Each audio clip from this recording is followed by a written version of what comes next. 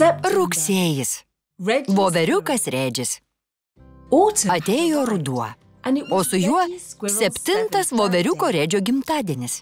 Redžis pabudo anksti ir nekantraudamas nuskuodė į svečius pas Elneragį. Jis garsiai pasibeldė į Stenlio duris, bet niekas neatsakė. Berio ir Baltazaro namai taip pat buvo tušti. Nieko nėra namuose. Su kuo man švęsti savo gimtadienį? Vienas verkė jis. Labas, su gimtadieniu. Sušuko ežys Haris. Tavo draugai paprašė manęs pakviesti tave pasivažinėti, kol jie paruoš tavo dovaną. Štai kodėl jų nėra namuose. Tarė Redžis vėl šypsodamasis. Jis atsisėdo į ežio vežimą ir išvyko. Tuo tarpu Šimtakojis skubėjo sugriebti lapus, su kuriais žaidė kirminai. Gana! Turiu nugriebti lapus nuo tako. Tarė Šimtakojis. Galėtumėte surinkti šiukšles, visi turėtume rūpintis gamta. Gerai, padėsime tau. Sušvilpė kirminai. Tada pamatė ežį Harį ir voveriuką Redžį ir pamojavo gimtadienininkui jam važiuojant pro šalį. Kol pravažiavo atgal pas Redžį, jau buvo popietė. Su gimtadieniu! Džiaugsmingai sušuko miško draugai. Voveriukas Redžis suprato, kad jo draugai aptvarstė ąžuolą. Jūs pagydėte mano medį, tarė Redžis su ašaromis akyse. Valio, voveriukui Redžiui! Sušuko grupė aukštų balsų ir virš jų galvų pasirodė jonvabaliai. 7. gimtadienio proga padarėme tau 7 žibintus. Kokie gražūs! Plodamas letenomis tarė Redžis. Tuomet Beris ir Dolė įteikė jam lazdyno riešutų tortą, kurį iškepė Redžio gimtadienio proga.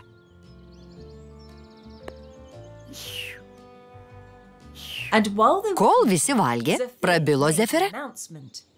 7. gimtadienis svarbus įvykis, nes 7 ypatingas skaičius. Vaivorykštė turi 7 spalvas, drakonas 7 galvas, savaitė yra 7 dienos. Pasakoje apie snieguolę 7 nykštukai, o penklinėje 7 natos. Vis dar neatidarei pagrindinės savo dovanos, šokinėdamas tarė auksavabalis. Radote oro balioną? Nustebęs paklausė Redžis. Radome ir sutaisėme. Su pasididžiavimu atsakė Beris. Eikš, paskraidinsime tave po dangų. Valio! Sušuko voveriukas Redžis ir laimingas iššoko į baliono krepšį.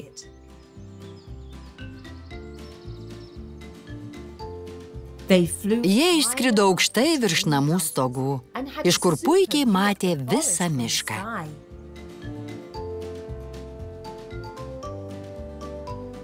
Tuomet pasirodė žvaigždės ir Redžis susižavėjęs stebėjo spindinti nakties dangų.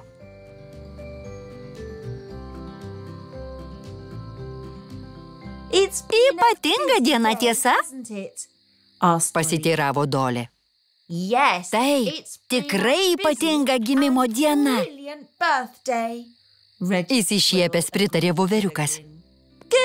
Labanakt! Sušuko mažieji draugai ir voveriukas mieguistas grįžo namo. Įsitaisė lovoje ir netrukus užmigo.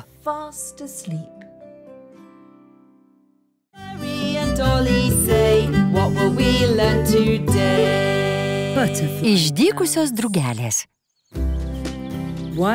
Vieną pavasario dieną drugelė Flaterė skynė pievoje gėles. Ji supynė jas į vainiką ir užsidėjo ant galvos. Staiga pasigirdo nepažįstamas juokas. Ji pažvelgė į dešinę ir į kairę, bet nieko nematė. Staiga iš už medžio pasirodė 7 drugelės. Skrisk su mumis, Sukikeno jos. Gerai, tarė Flaterė ir prisijungė prie jų. Drugelės buvo gražios, bet labai išdykusios.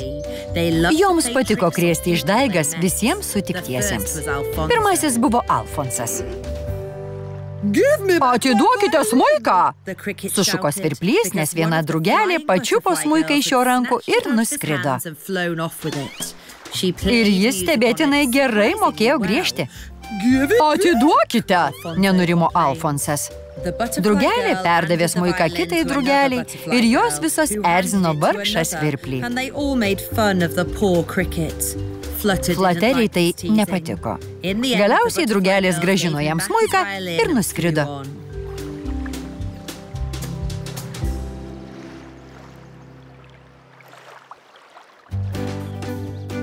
Jos nutupė ant žydinčio medžio ir prisikrovė į kišenes saldžiai kvepiančių žiedadulkių.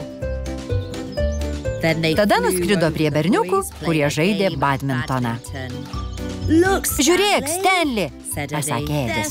Kokios jos gražios! Baltazaras, Burbuliukas, Edis ir Stenlis spoksojo į dangiškas būtybės, negalėdami atplėšti akių. Bet jie ilgai nesidžiaugė. Drugelis išvertė kišenes ir apibėrė berniukų žiedadulkėmis. Šie pradėjo baisiausiai čiaudėti. Drugelės juokėsi, o švelnus vėjelis nešė jų juoką tolyn. Jos nuskrido taip greitai, kad Flaterė vos spėjo iš paskos.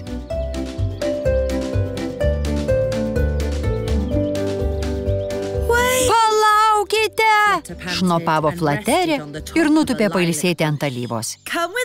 Skrisk su mumis, mes traukiame į kitą kalvos pusę link krioklio. Ten labai gražu, pamatysi, įkalbinėjo viena drugelė. Ne, neskrisiu su jumis, tvirtai tarė Flaterė. Aš gyvenu čia, myliu savo draugus ir man nepatinka, kad jūs iš jų tyčiojotės. Galite skristi, bet aš liksiu čia. Ir gerai, sėkmės tau! Sušuko jos ir nuskrido. Jos keliavo į naujus kraštus, kur apžavėdavo visus sutiktus savo akinančių grožiu. O paskui krėsdavo jiems piktus pokštus.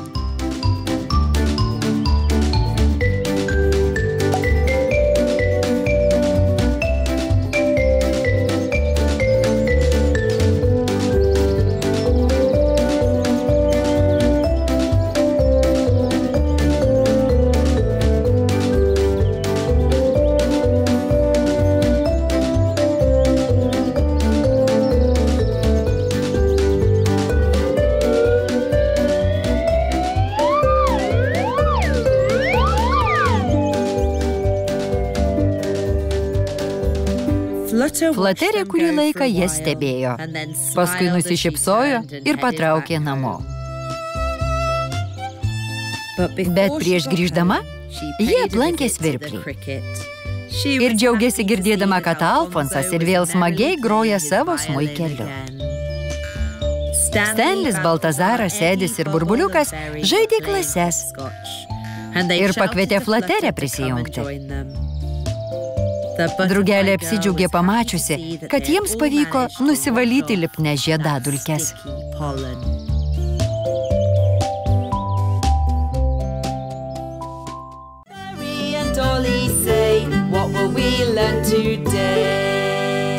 Stalo žaidimas. Buvo šilta pavasario diena ir Beris su Matilda žaidė stalo žaidimą. Jiems reikėjo nueiti ilgą kelią nuo pelės iki sūrio. Laimės tas, kuris pirmas pasieks sūrį, paaiškino drugelį. Beris pradėjo žaisti. Jis metė kauliuką ir paėjo į priekį savo figūrėlę. Paskui buvo Matildos eilė. Ji metė kauliuką ir paėjo į priekį. Aš laimėjau, sušuko Sraigius, kai jo figūrėlė pasiekė sūrį. Gerai, tu laimėjai, žaiskim dar kartą. Beris laimėjo ir antrą žaidimą. Aš laimėjau, aš vėl nugalėtojas, išdidžiai sušuko Sraigius. Sužaiskim dar kartą. Ir jie vėl pradėjo žaisti. Šį kartą Matilda pirmoji pasiekė sūrį. Aš laimėjau, Beri, dabar aš nugalėtoja, pareiškė mažoji drugelė. Beris baisiai nuliūdo. Jis pasislėpė po pušimi ir mėtė kauliuką taip, kad Matilda negalėtų matyti. Išmečiau 6, bet Matilda jį išbarė. Taip negalima, Beri, turi mėtyti kauliuką, kad aš matyčiau. Ne. Mes kauliuką dar kartą, Beri. Šį kartą jam iškrito 2. Jis atsiliko ir Matilda vėl laimėjo. Taip neteisinga, aš noriu laimėti, tu sukčiauji. Bet, Beri, taip jau yra su tais stalo žaidimais. Laimi vienas žaidėjas, paskui laimi kitas. Negali kiekvieną kartą laimėti. Galiu, aš noriu laimėti visada. Verkšleno Beris. Jis buvo toks piktas, kad numetė stalo žaidimą ant žemės. Gerai, jei taip nori, gali žaisti vienas. Ir Matilda nuskrido. Vienam žaisti bus dar smagiau, murmėjo Beris. Jis metė kauliuką, ėjo su figūrėle ir laimėjo vieną žaidimą po kito. Bet greitai jam tai atsibodo. Jis bandė žaisti su savo meškiuku, bet meškiukas nebuvo labai įdomus priešininkas. Galiausiai Beris patraukė ieškoti Matildos. Vienam žaisti neįdomu, pasakė jis sau. Jis rado Matildą pievoje, žaidžiančią kortomis su Dolita, Burbuliuku ir Baltazaru. Ar galiu ir aš pažaisti? Droviai paklausė Beris. Na, Beri, gali žaisti, bet nebūtinai laimėti. Ir aš nenorėčiau, kad ir kortas pradėtų mėtyti.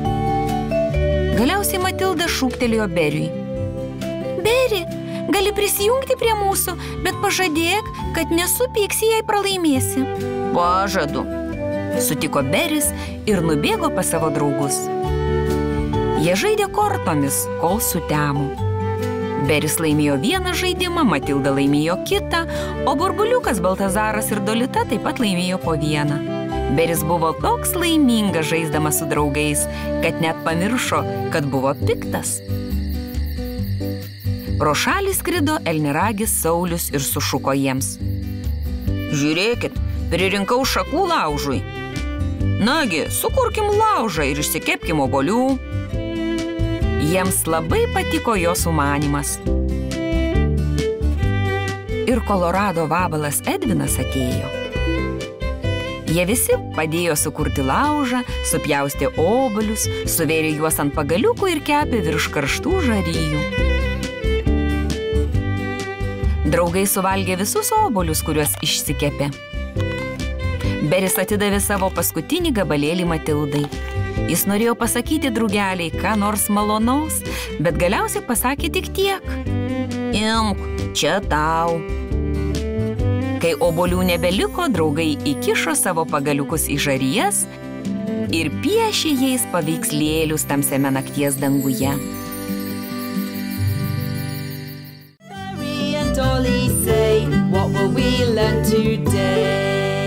Šilauogės. Vieną saulėtą rudens dieną Beris su Dolita išsiruošė į mišką rinkti šilauogių. Jų draugai, drugelė Matilda ir Kolorado vabalas Edvinas ėjo kartu su jais. Aš surinksiu daugiausiai uogų, paskelbė Edvinas. Žiūrėkit, šis krūmas pilnas prisirpusių šilauogių, pastebėjo Sraigius. Aš jas visas surinksiu. Bet Edvinas užlindo pirmas ir greitai surinko didžiasias uogas. Šitas krūmas taip pat pilnas uogų, pasakė Dolita kitiems, bet Kolorado vabalas vėl buvo greitesnis.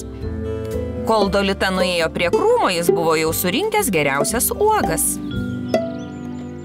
Edvinai, taip negalima, tu surinksi visas šilauogės, skundėsi Boružėlė. Paskui draugai priėjo upelį. Pastatykime tiltą virš upelio. Jau žinau kaip, reikia čia atitempti tą didelį rąstą. Jiems teko labai pasistengti, kad permestų rastą per upelį. Mažieji draugai pastatė puikų tiltą. Baigta, atsiduso Matilda. Žiūrėkit, ten dar vienas šilauogių krūmas su daugybė uogų. Edvinui tai buvo ženklas. Aš pirmas jį pasieksiu, visos šilauogės bus mano, sušuko jis triumfuodamas. Bet eidamas jis taip smarkiai pastūmė Matildą, kad šioji paslydo ir įkrito į upelį. Gelbėkit! Nebijok, Matilda, laikykis už manęs, sušuko Dolita ir ištiesė ranką plūduriuojančiai drugeliai.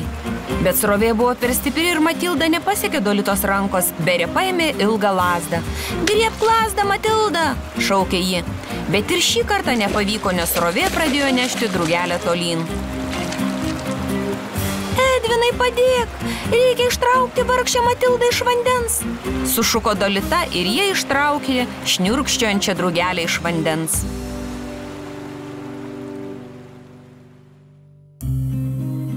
Oi, man taip šalta, man labai šalta ir mano sparneliai permirkė vandeniu.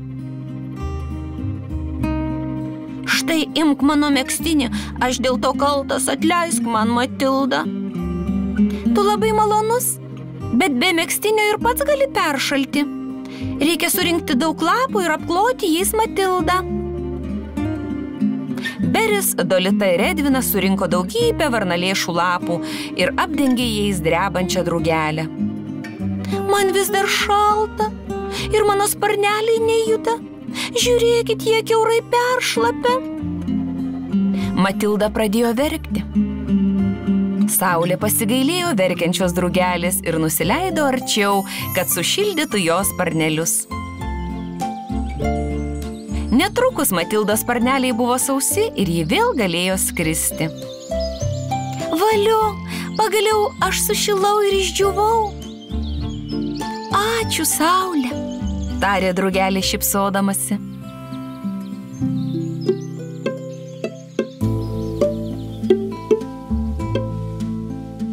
Atsiprašau, Matilda, pasakė Edvinas.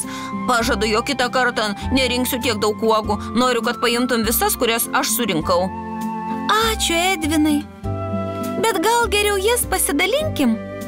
Eikim namo ir iškepkim šilauogių pyragą. Draugai nuėjo į Matildos namus ir iškart ėmėsi darbo. Jie išrinko visus lapelius ir gerai nuplovė šilauoges. Tarškėjo šaukštai ir keptuvės, kol galiausiai virtuvėje pasklido gardus šilauogių pyrago kvapas. Kai pyragas buvo iškeptas, elniaragis Saulius, bitinas Baltazaras ir vabaliukas Burbuliukas prisijungė prie šventės.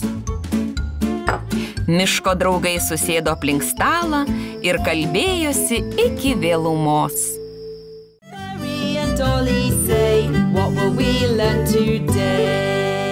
Vaikų darželis.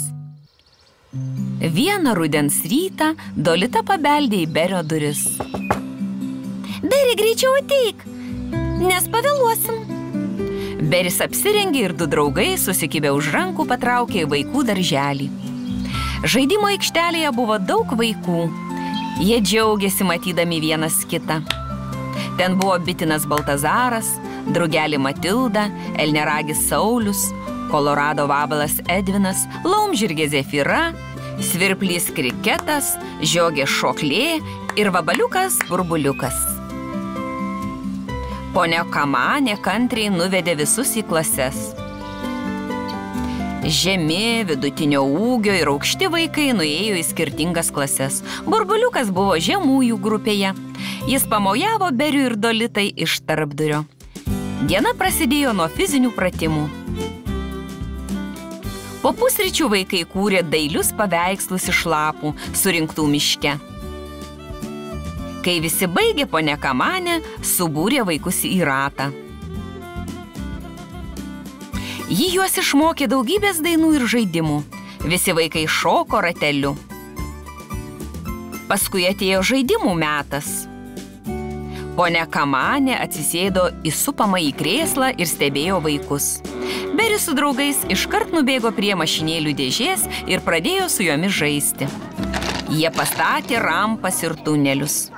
Galiu žaisti su jomis? Paklausė Dolita. Ji turėjo sulaužytą raudoną mašinėlę. O ne, Dolita, negali žaisti mašinėlėmis su ta seniena, atsakė į Beris. Be to, mašinėlės skirtos berniukams, o ne mergaitėms. Jo žodžiai pravirkdė Dolitą. Berniukai nenori su manimi žaisti, pasakė ji Matildai.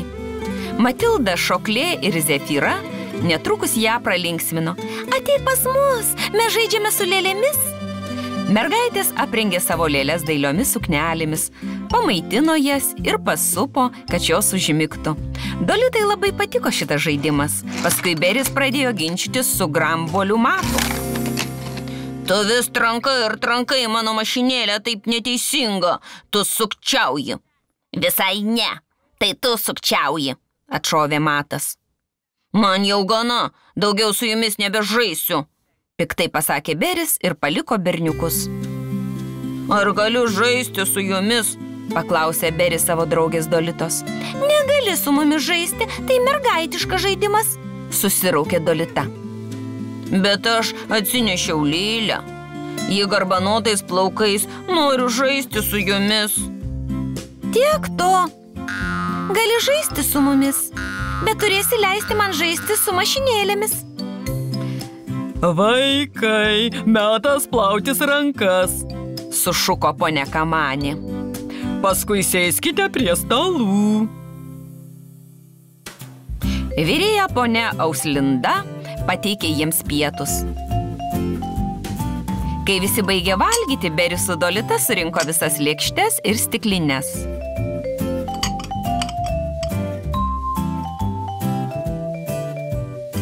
Tada vaikai prigulė trumpo pogulio, kol ponia Kamanė jiems skaitė pasaką.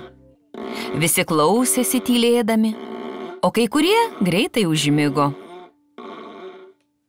Pabudę jie suvalgė po sumuštinį ir nuėjo į žaidimo aikštelę. Ji buvo didžiulė ir pilna įvairiausių šliuožyklų, karstyklių ir supynių, o viduryje buvo didelis medinis traukinukas. Beris ir Matas greit susitaikė ir kartu suposi ant supynių. Dolita padėjo Burbuliukui užlipti ant šliuožyklos ir sugavo jį apačioje. Burbuliukui tai labai patiko. Likusi dienos dalis pralėkė nepastebimai ir netrukus vaikai jau mojavo vienas kitam atsisveikindami. Jie nekantravo sulaukti rytojaus.